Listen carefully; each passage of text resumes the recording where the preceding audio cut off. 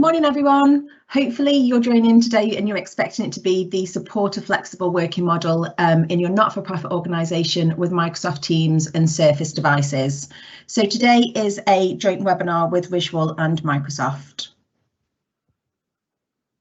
So the presenters today, just to give you a bit of context who will be talking, is myself, Abby Ingalls. So I'm the not-for-profit sector lead at Visual. I'm joined by David Ibbott, who I'm sure you're all familiar with, who is your aligned modern workplace specialist at Microsoft, and also Ian Stretton, who's our cloud transformation director at Visual. So just to give you a little bit of context, I just wanted to give you a bit of a quick introduction to Visual.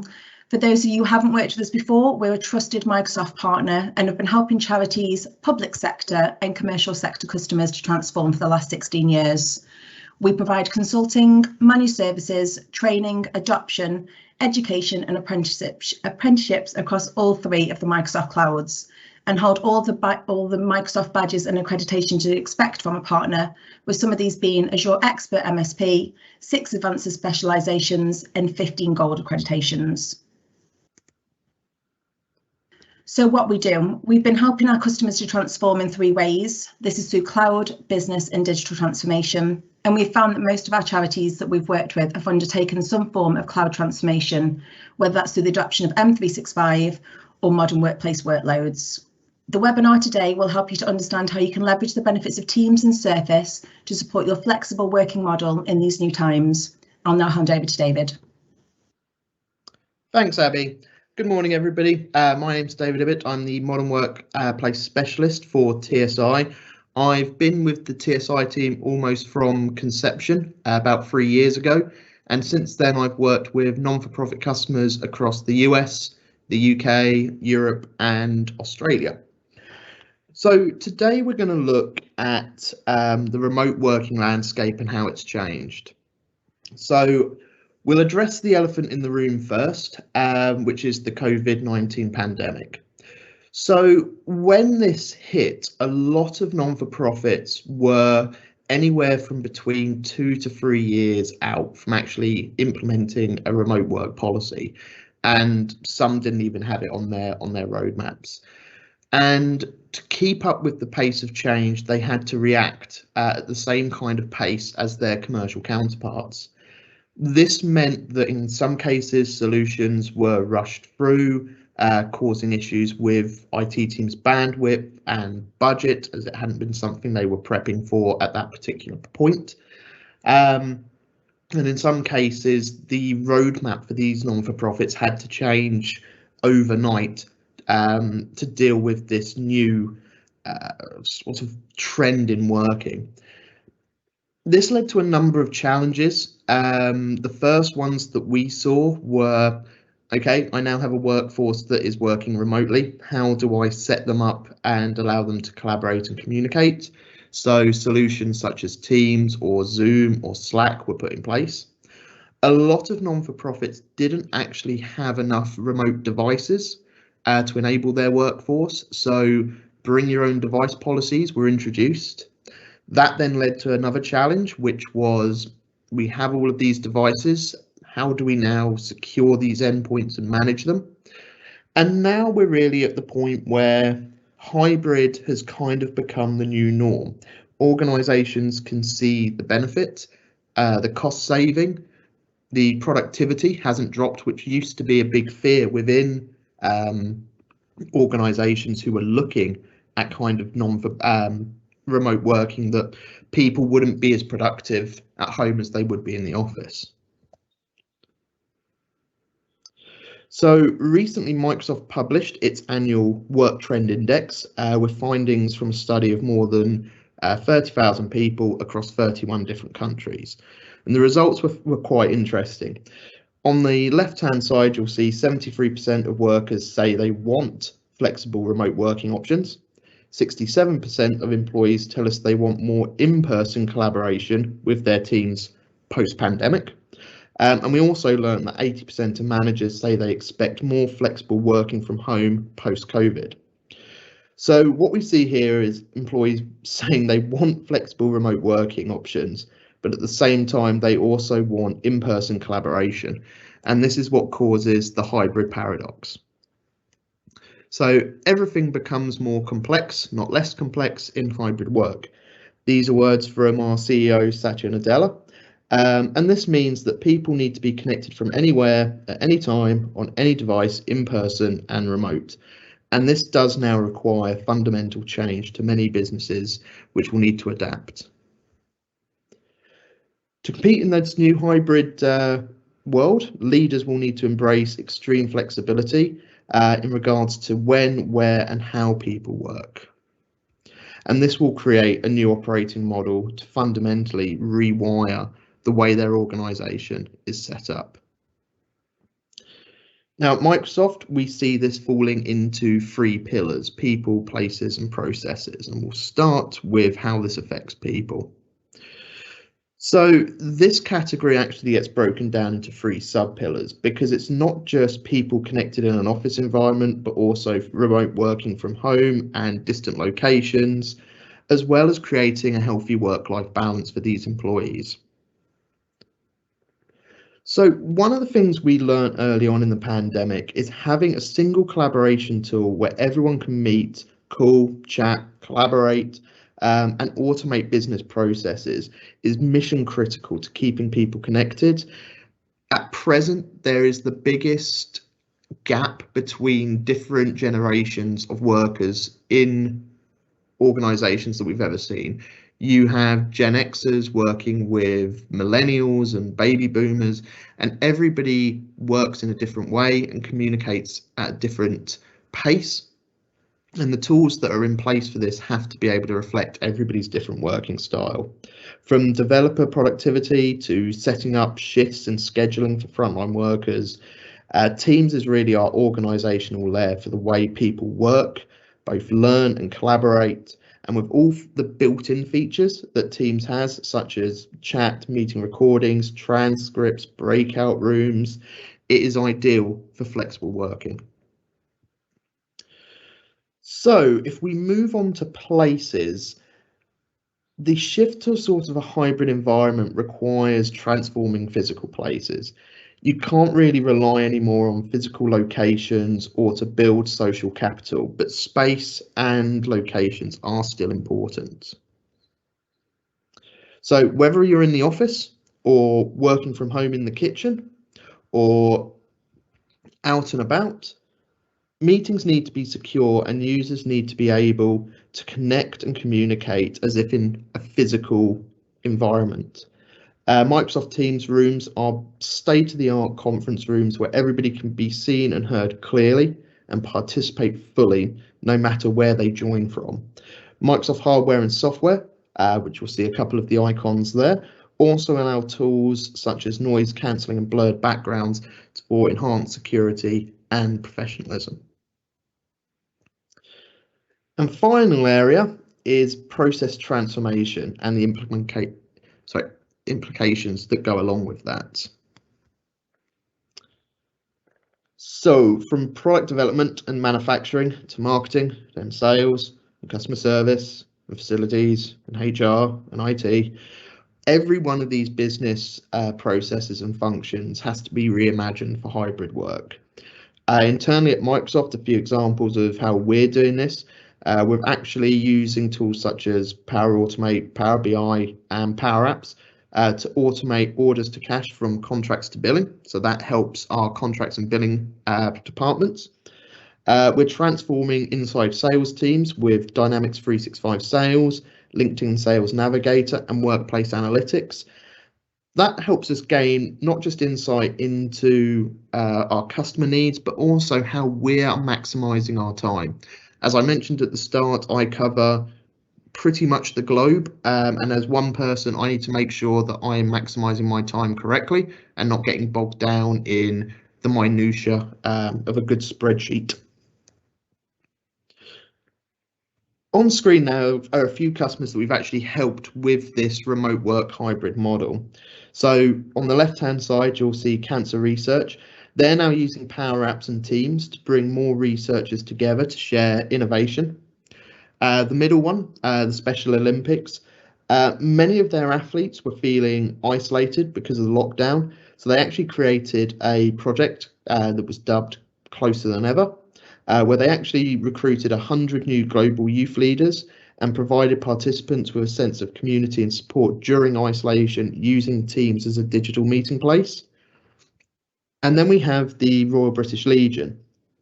And they actually saw with this the opportunity to introduce Teams as a new technology tool to help improve internal and external communication, increase flexibility, reduce system complexity, and also cut down travel time for their staff.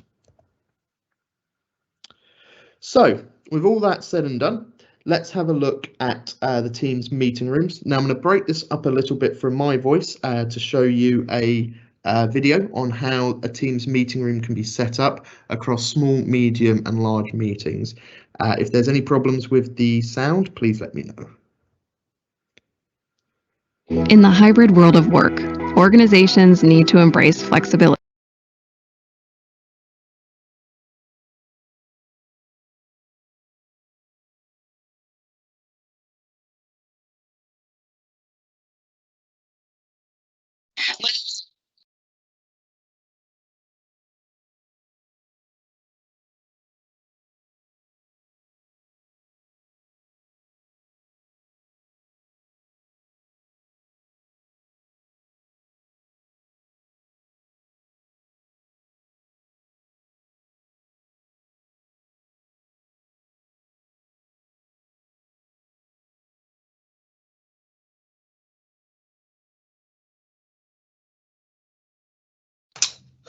David, I don't think we can hear that sound anymore.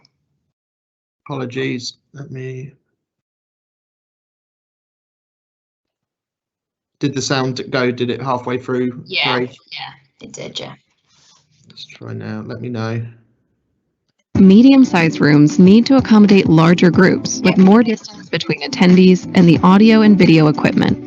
Bring together in-room and remote participants with a second large display where people and content can be seen clearly side by side. An auto-tracking camera that moves and zooms to frame all in-room participants in an optimized view. A discrete ceiling tile microphone that captures crisp audio from every corner of the room, and speakers at the front of the room that let you hear remote participants clearly from their direction. And finally, large rooms need to be capable of providing collaborative, inclusive experiences for even more attendees. A smart camera that can detect and track the active speaker and zoom in, bringing them into full view for remote participants. And an 85-inch Surface Hub 2S helps everyone brainstorm together on a shared digital canvas. No matter what size space, Microsoft Teams rooms are easy to use and flexible to meet your needs.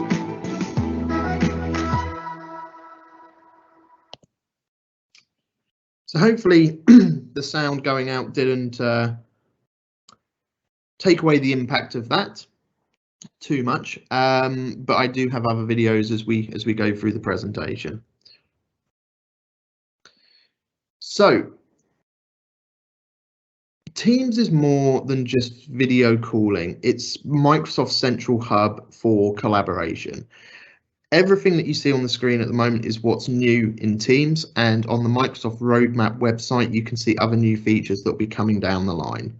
Now, a lot of the features that get added actually come from customer feedback. So at the start of the pandemic, Teams could only show 4 people on a screen. That was quickly increased to 9 as people wanted to see more of the teams they were talking to. But you've also got new tools like the presenter mode, which can be great for if you're doing a meeting with people who are hard of hearing and they need a signer in the bottom screen. The presenter mode allows you to do that.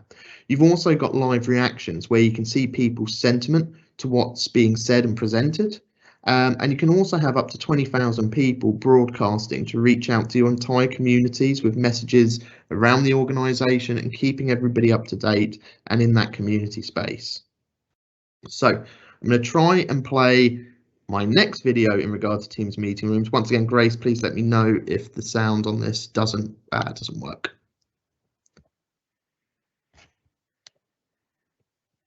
Today's Microsoft Teams rooms bridge the gap between in-person and remote meeting attendees, providing everyone high-quality, inclusive experiences.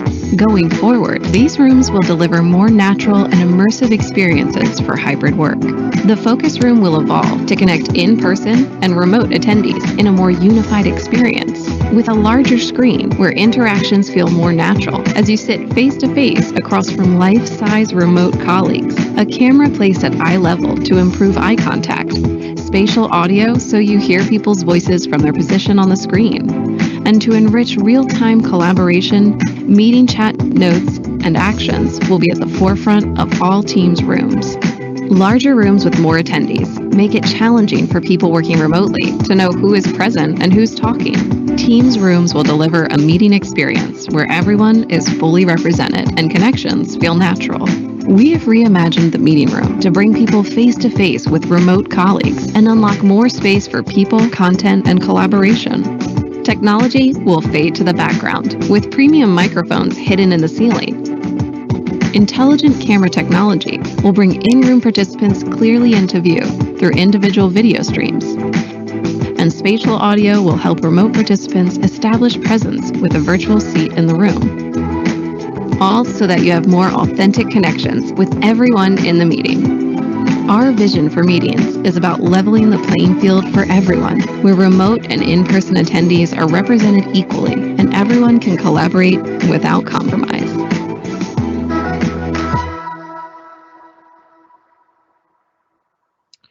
So hopefully the sound on that one was a bit more flawless.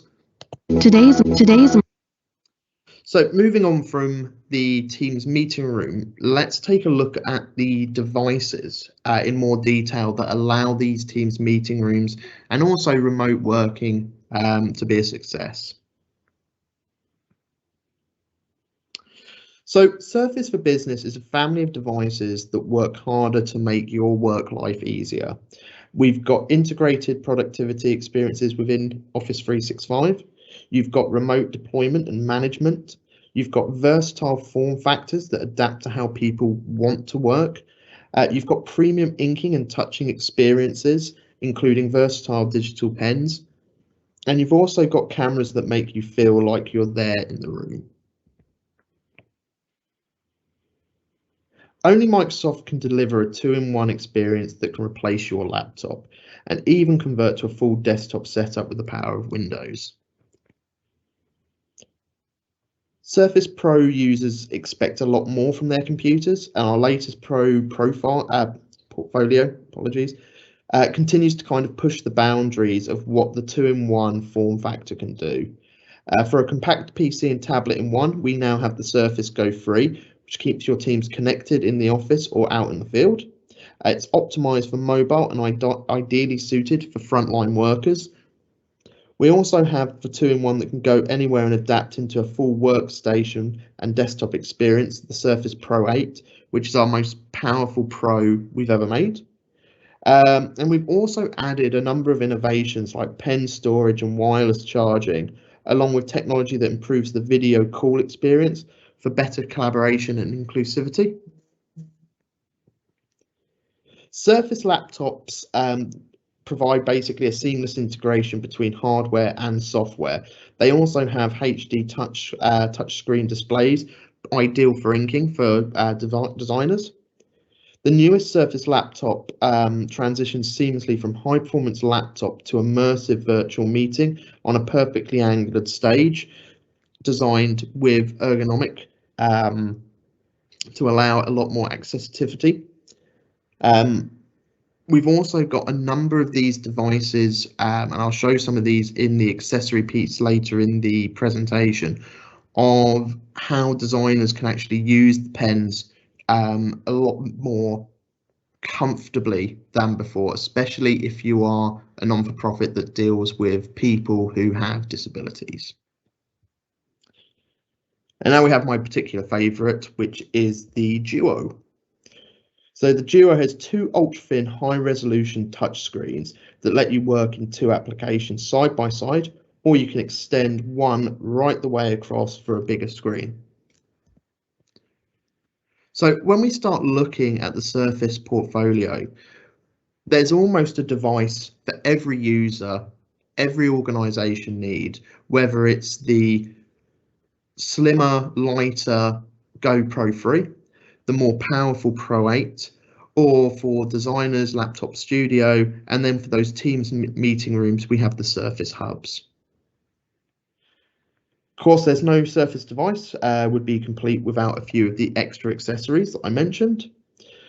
So to help create as much of an immersive experience that keeps teams and individuals connected, we've got a new range of accessories that make workflow, looks, sounds, all seamless and inclusive. So we have here a number of the accessories, from the slim pens to the adaptive keyboard kits, the headphones, speakers and cameras, and these are all certified by Microsoft for Teams and designed for sort of user comfort. Surface devices, along with the entire Microsoft ecosystem, deliver real value and help organizations move the needle in multiple priority focus areas. Most of the time we're speaking to customers, it's productivity or zero touch deployment and unified management, or zero trust security that they want to make sure they're putting into their roadmaps and allowing their users to gain the benefit from. And Surface really allows this with baked-in solutions.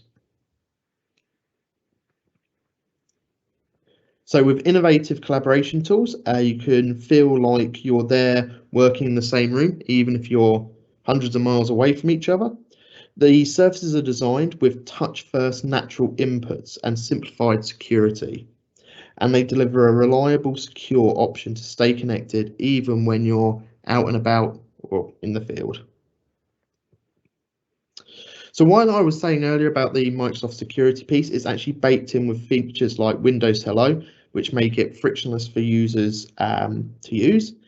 You can also protect data and control access with tools such as BitLocker, and also Microsoft's 365 Defender, which can be pre-configured on your Surface device.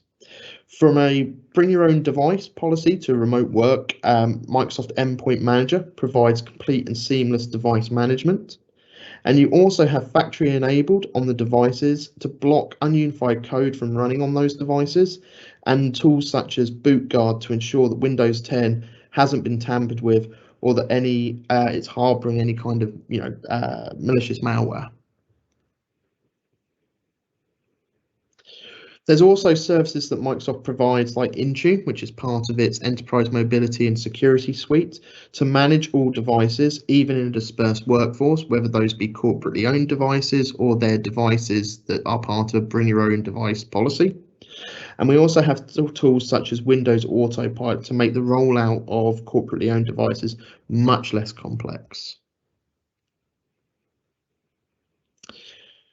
Going back to one of the pieces that I mentioned earlier, the inclusion and accessibility, products like Surface adapter kits make products easier to open, navigate and use to allow accessibility to every user, even users that have some disabilities.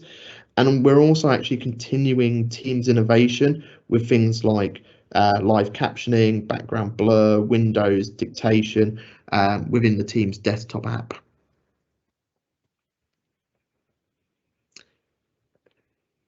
Another hot topic is obviously sustainability, and in regard to the sustainability piece, the Surface devices are actually Energy Star certified and can be recycled at the end of life.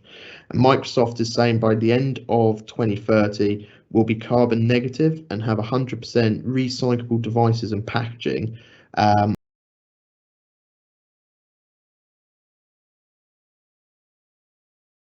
Video left to show, so hopefully this one will work okay. Just make sure.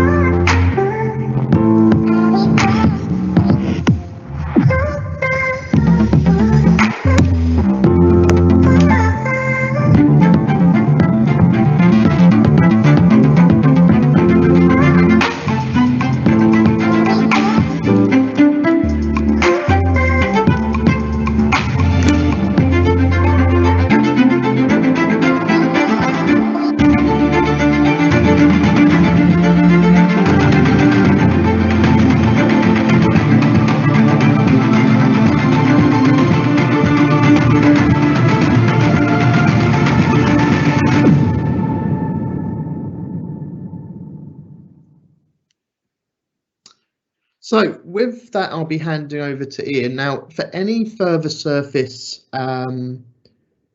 details, we did have a large Surface announcement earlier last week. I think it was Wednesday last week. So if there are any particular questions around the upgraded devices, the Surface hubs, please let us know, and we can reach out and set up those conversations and provide any further information that's required. So with that, I'll hand over to Ian for the last section of the presentation. Cool. Thank you very much, David. So good morning, everybody. Hopefully, David, I've just requested control, so I'm hoping I get that, and I should be able to move the slides forward. If not, I'll just let you know. So I think before I get into my section, I don't know if you're asking questions. We've got Grace moderating those, but if you do have any questions on anything that David's mentioned, or if you've got any questions through what I'm just about to go through and to talk about, please do put them into the Q&A chat, which you should see as part of the session here, and then we can get those ready for the Q&A session that we have got some time for at the end. But also, if there are questions as we go, then it might be that we can answer those sort of live on the fly as those questions come in. So please do feel free to ask questions. So with that, we'll move into my little bit, which is about modern management, really. So obviously what Dave has just gone through there is the fantastic sort of suite of hardware and devices, and then coupling that up with Teams through sort of Office 365 and those services, and then for you to use. And then you think, well, okay, that's brilliant. Now, how would I manage that? So if you're an IT administrator or an IT owner within your organizations, you'll be thinking along the lines of, okay, we're getting these devices out to our end users, which is great, and we want them to use it and get all the full power of it. Now, how do we manage them, and how do we control things like the data that's available to them or on them as well? And this, I suppose, is where hopefully Visual as an organization, with our consultancy and with our knowledge and experience with doing this for other customers, we can bring our skills and expertise to you and help you to also look to set these services up, so that when you do take devices like the Surfaces that we've been seeing this morning, that we know we can use them effectively but securely at the same time.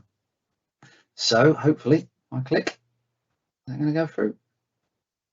There we go, perfect. It does work. Look at that technology. Right, so as David mentioned in his presentation, he kind of referred to a tool or a service called Microsoft Intune. So Intune is part of the Enterprise Management and Mobility Suite within Microsoft. If you buy or if you have the M365 licenses as well, if you buy Office 365, you can buy the M365 license suite, and this is also included as part of those, depending on obviously which ones you have. But what Microsoft have done recently is kind of packaged it all together now and called it Microsoft Endpoint Manager, or MEM for short. And what that includes is Microsoft Intune, which is a cloud-based service. So that's for that's obviously, you don't deploy any servers or services on premises as such. You will use the services that are available through Intune to push down policies, push out software, potentially push out Windows updates, etc., from the cloud down to your endpoints. So that's a really good, if you're what I would call a greenfield site. So if you don't have those capabilities at the moment, then I'd definitely urge you to take a look at, obviously, at the whole suite, but in particular Intune, because, as I say, that's probably the least complex model to use the cloud version. You've then, or maybe the more traditional, and if you've already got this, you'll probably know the phrase of System Configuration Manager or System Center Configuration Manager. So Configuration Manager itself used to be part of what was the old System Center suite. That still exists, and that is the on-premises version, if you like, of what Intune can do. So If you've been deploying sort of Windows over the years, everything, through from Windows 7 and before that through Windows 8 and then maybe Windows 10, and you used Configuration Manager to do that, to help you with that rollout and then to manage those devices as they've been out in your estate. Config Manager does still exist. It will continue to exist for some time yet, to be confirmed and to be announced, etc. That's not my job to tell you, but it will be around for some time. Now, the beauty of the bringing this together is we now have what we call modern management capabilities. So we can use Intune on its own. We can also use Configuration Manager on its own, but we can combine the two together to provide you a plethora is the best word I can think of features and functionality that goes across both cloud connected devices and the more traditional, if you like, on-premises based devices. So maybe desktops that are still in office locations that are connected to a local area network and those that sort of thing. We can still manage those with things like Configuration Manager and still use those features and capabilities. And then those where the Surface devices, for example, where people are going to be moving around with them, using them from home, using them from different office locations, using them from wherever there's an internet connection, essentially, then we can use Intune to do that management. And if I get to move it on, yeah. Coupled with that as well, we also have, again, cloud-powered manageability.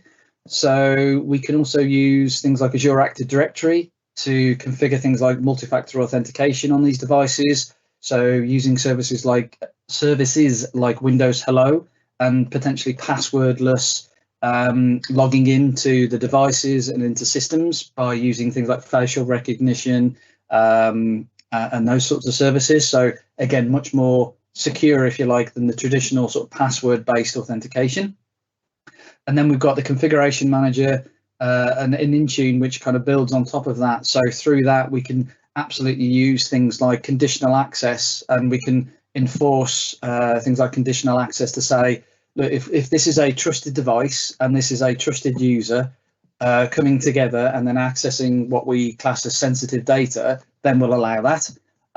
If we are a trusted user but coming from an untrusted device, i.e. a non-managed device, then we can control access that way and can say maybe certain types of information aren't allowed to be accessed, or maybe they're just not allowed to be downloaded locally to the device, but they can only be reviewed or viewed online. So with all of that and basically working together between Azure Active Directory and Intune and Configuration Manager, there's lots of different ways that we can essentially lock those devices down or control access from any of the devices into the corporate data. Oops. What's going on? Right click. There we go. There we go. Right. So then when I think about what capabilities we have within that suite and within the cloud management, so we have a few different ways that we can go about it. So we have BYOD, or bring your own device, and that is where we could offer access to end users that might want to use their own personal sort of Android or iOS, or they've got one of the new Surface Duos, as is highlighted on the screen there. They may have their own device that they want to use, and we can still allow access to that, but through things like Intune protection policies and app protection policies, we can control the corporate application, but not necessarily have to control the whole device just to provide access. So for argument's sake, or for example, Outlook, if somebody wanted to gain access to their emails on their own personal device, we can control the Outlook application connecting to a corporate email account, and we can push management policies down to control Outlook itself, but not control the whole device. And we can also then control if, for example, that end user was to leave or become compromised, we can actually forcibly remove Outlook from that device because it's corporately managed, but again, not necessarily wipe the whole device. So that was something back in the day where we had to kind of wipe the whole device just to control it. That's not the case anymore. So we have very much more granular controls now with these services. Moving through into corporately owned or CYOD. So this is where you may choose to provide your end users with a choice of the Surface devices that we've had on show today, and they could pick from their own kind of different, based on how they work and what they would think is best for them, whether it's a larger screen or they don't need, they don't need a keyboard, for example. They could get away with just the Surface itself, or there might be the Geo, for example. They would want one of those. By giving them the choice, it's a corporately owned device, but they can choose which profile. And then on top of that, we can then do that full management as if you would the traditional way. If anybody's used Configuration Manager, we can manage that device with all the corporate policies, locking all of that down however we need to. And that can go everything through from full device management, which is the middle one there. So literally controlling every single thing that's on that device, controlling how it looks, how it feels, what applications are on there. Patching and updates would be controlled potentially as well. And that everything, as we say, can be controlled, even down to the license itself would be controlled, of course, as well. And then we've got things like dedicated device management as well. So as we were seeing earlier, so the sort of Surface wall devices, those are all still running a version of Windows, right? So it's a cut down version, of course, but it is still a version of Windows. So they still need to be managed. And as part of these cloud managed services, we can absolutely manage, again, the applications, the version control of the operating system, and maybe things like the Teams client that are running on those services. We can control that again through the cloud management service and solution. So it really, as I say, is that full plethora of features, whether that is cloud-based using Intune, or whether that's on-premises with Configuration Manager, or the combination of both together to provide you the full capability.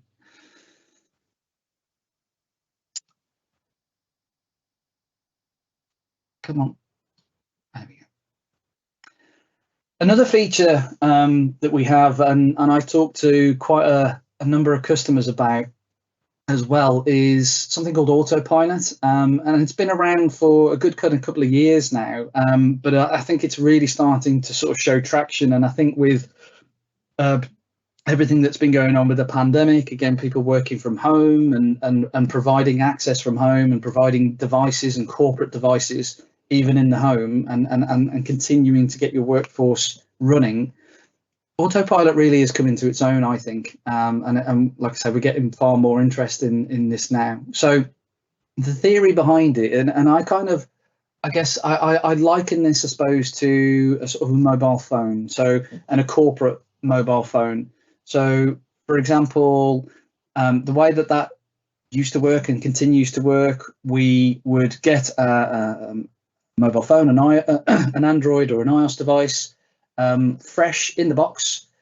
We get the device ID, and then we upload that into the management portals. And then when that device gets switched on, it kind of calls back, or dials home, if you like, it's called, to the management portals to say, am I a managed device? Am I a corporately owned device, or am I supposed to be a personal device?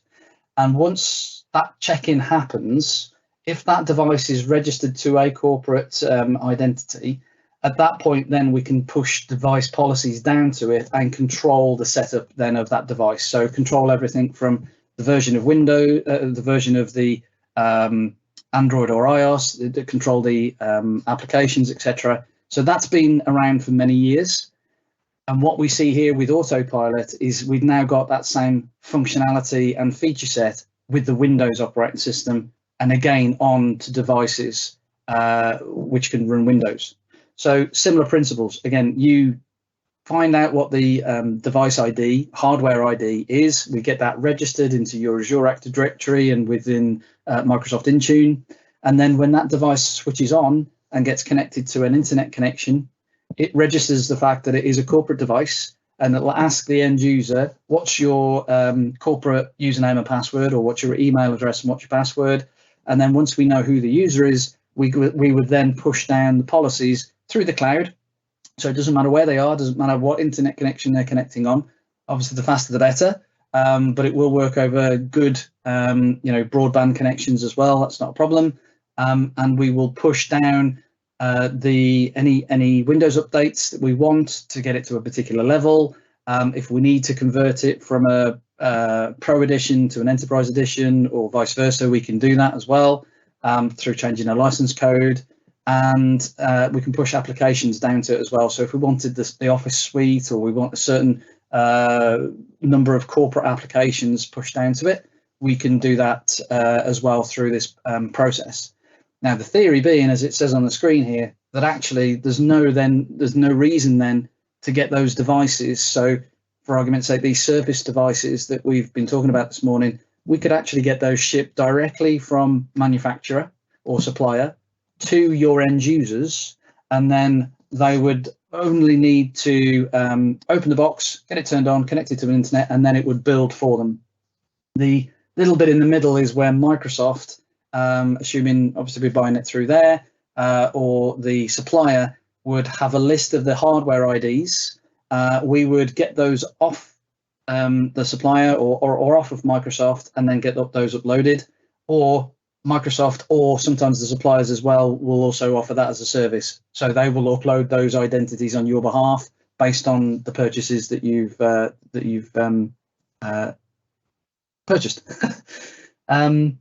We can also then do things like Autopilot resets. So I guess what we're thinking about there is brand new devices, new out of the box, turning it on from fresh.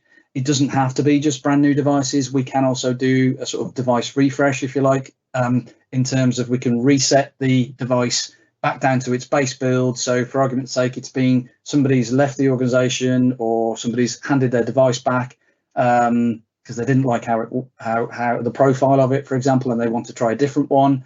We can then reprovision or reset that device using also Autopilot and get it set up ready for a new user for them to take on. Again, all hands off. So we don't need that device to come back to a sort of, say, central office, if you like, for IT administration personnel to reset it. We can actually reset it through clicking some buttons in the management portal and control it all from the cloud, and run it that way. Again, no need for that to come back to head office or to a central place at all. That topic itself is quite a huge one, so I could talk and wax lyrical about Autopilot for quite a while. That's obviously not what this session's about, but if you are interested and you'd like any more information on that, of course, just contact us here at Visual, or contact your Microsoft account teams, and we can get those sessions stood up. Just, I think one for just want to mention, actually, sorry, just while I'm thinking about it and on the screen, with Autopilot, yes, it works with any device that can run Windows, but in particular, excuse me, in particular for the Surfaces, the Microsoft Surfaces that, again, we've been talking about this morning, the difference with those is that we can also, and some of the manufacturers as well, but certainly with the Microsoft ones, we can also push out and roll out firmware updates as part of Autopilot as well. So if you've got Surface devices that have been, sitting in the cupboard for quite a while and they are quite out of date, again, with zero touch, with Autopilot and the features that are provided there, potentially, depends obviously on the version of the Surface that you've got, but we can roll out firmware updates via the Endpoint Manager solution if we need to, as well as then obviously resetting the Windows installation that runs over the top. And that kind of throws us into Q&A. I can't see that any questions have been posted, so I guess we give it a few minutes to see if anybody has got any questions.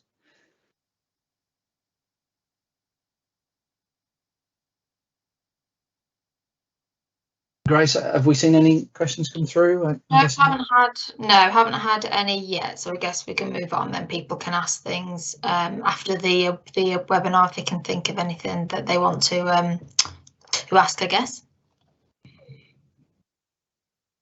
Good stuff. David, I've obviously just turned. Yep, perfect. Thanks for that. Thanks for that, Ian. So there's with the Teams meeting room and the Surface devices and the challenges provided with security, there are a number of tools that Microsoft can provide. There is a number of different policies that can be set up depending on how your organization wants its users to connect and work together. And partners like Visual work with Microsoft and yourself to make sure that any of these sort of deployments and rollouts are a success. So with that, I will hand over to Abby just to kind of go over the next steps. And then if there are no questions or if there's questions that want to be taken offline, I'm more than happy to give everybody a little bit of time back on a Tuesday. Thanks, David. Thanks, Ian. So next steps, following on from the session, we wanted to offer you all a free session with Ian to understand a little bit more as to where you are in your current journey at the moment and start to think about how we can look to use Microsoft to support you on your flexible working model. Now, these are one-on-one sessions, so it would be just your charity that would be having a session with Ian, normally between 1 and 2 hours to kind of understand where you are now and where you're looking to be, and then obviously aligning the right Microsoft technology to help you to achieve that journey. What I will also do is send you over an update around the latest M365 funding opportunities, as well as service discounts for your non-for-profit that are aligned to you as a non-for-profit. And something else that we can also offer is a licensing review and health check, which we thought would be of interest to kind of understand where you are now with your licensing and making sure that you're fully utilising the licenses that you've got at the moment, and obviously providing recommendations on how you can adopt more of the Microsoft investment that you've already made. Thanks, Abby. And that is a good point on the licensing health check. As Microsoft's Tech for Social Impact team, the licensing models are slightly different. There are a lot more donations that you as a non-for-profit are eligible for that commercial or education customers would not be. So we can walk through that in as much detail as needed. So with that, it looks like we are finishing about 10 minutes early. If there are no questions in the chat, as I said, I'm more than happy to give everybody a little bit of time back, and we'll be able to reach out. And if there are any questions that come up after this, please feel free to contact myself, your Microsoft account manager, or the Visual team here today. With that, I'd just like to thank the Visual team for supporting with the webinar today, and for you all for attending. Thanks, everyone. Thank you. Cheers.